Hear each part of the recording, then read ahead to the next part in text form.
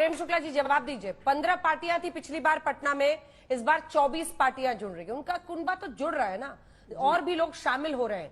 मोदी को रोकने के लिए, जैसा उन्होंने कहा कि हम 24 में एकजुट होकर लड़ेंगे, ये राज्यों और विधानसभा चुनाव में हो सकता है मुकाबला हो, लेकिन जब बात लोकसभा चुनाव की आएगी तो फिर वो एकजुट होकर लड़ेंगे।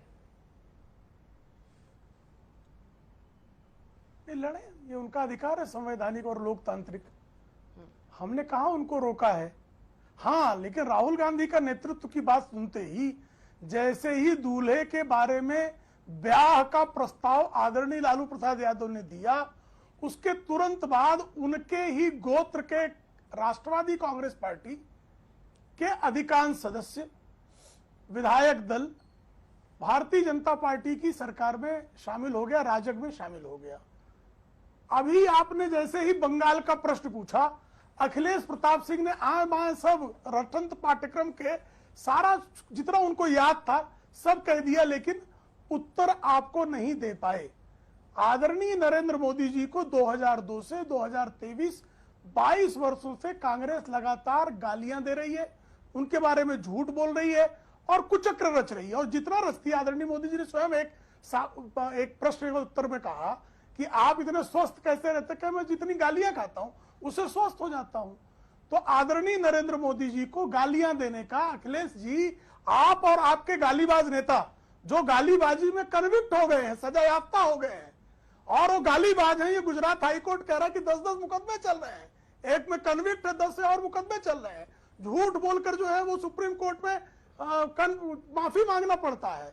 तो आपकी ये दशा है कि जिन ममता बनर्जी के खिलाफ आपके लोकसभा में गुट नेता अधीर रंजन चौधरी हाईकोर्ट चले जा रहे हैं, उस पर आपकी बोलने में गिग्गी बन जा रही है। आप लोकतंत्र की दुहाई दे रहे हैं। छोटा सा जवाब अखिलेश जी, इसके बाद मैं अनुराग जी आ रही हूँ। आपके कार्यकर्ता हत्या कर दी जा रही है, और हत्यारों को जो है, हत्यारों को आप गले लगाने में लोकतंत्र समझ रहे हैं। अखिलेश जी छोटा सा जवाब। हमने हमारे साथ कोई एनडीए में चले आए, कोई सीबीआई चली गई थी, आपके सिर पर जो है ममता बनर्जी ने पिस्टल लगा रखा है। खामोश करा, मैं क्या जरा जवाब है तो प्यारा सा सुनिए। हाँ दीजिए, प्यारा सा देखिए, सबको पता है अंजना जी, लड़ाई इसी बात की है कि अगर आप मत भिन्न है तो आपको एनी हाउ किसी न किसी प्रकार से तंग किया जाएगा। अगर आप टूट नहीं रहे हैं तो आप पे फर्जी मुकदमे लगाए जाएंगे। 95% जांच एजेंसियों ने सिर्फ विपक्ष के लोगों पे मुकदमे किए हैं, और एक भी मुकदमे में कोई प्रूफ नहीं है। इसमें भी राहुल गांधी पे सिर्फ बीजेपी के लोगों ने ही क्यों, जिनका उस शब्द से, उस व्याख्या से कोई लेना देना नहीं है, बीजेपी के लोगों ने मुकदमे किए हैं। ठीक है, क्यों?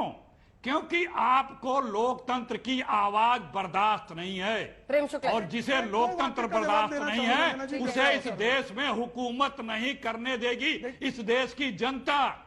और गाली देना और गाली खाना हमारे साहब से ज्यादा कौन जानता है, कौन दिया है? भाई साहब, प्रियंका जी की एक बोली में मुंह बंद हो गया था, क्योंकि उस परिवार के लिए बीजेपी के नेताओं ने कितनी गालियां दी हैं, उसके लिए तो पूरा ग्रंथ, बड़ी मोटी किताब छपानी पड़ जाएगी। तो ये मुखड़ा और दुखड़ा, ये मुखड़ा और दुखड़ा ये जनता पहचान चुकी है। अखिलेश जी देखिए, मुझे अनुराग जी के पास भी जाना है।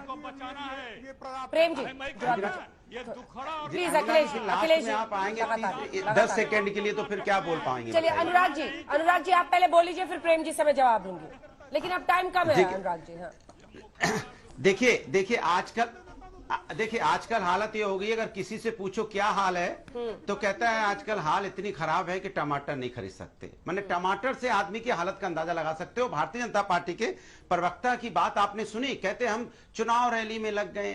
अरे चुनाव रैली में तो आप लगे रहोगे, बट जनता की समस्या का समाधान कब करोगे? फिर कहे पीएम का चेहरा कौन होगा, आपने ही पूछा सवाल। तो मैं कहता हूं हमारे यहाँ लोकतंत्र है, हमारे यहाँ सारे प्रतिनिधि चुन के आएंगे, चुन के आने के बाद लोकतांत्रिक क्या हो रहा है अनुराग जी आजकल? मैंने एक बार नहीं पूछा पीएम का चेहरा कौन होगा, क्योंकि मुझे आप लोगों का रटा है जवाब इस पर पता है, फिर भी आपने सवाल सुन लिया।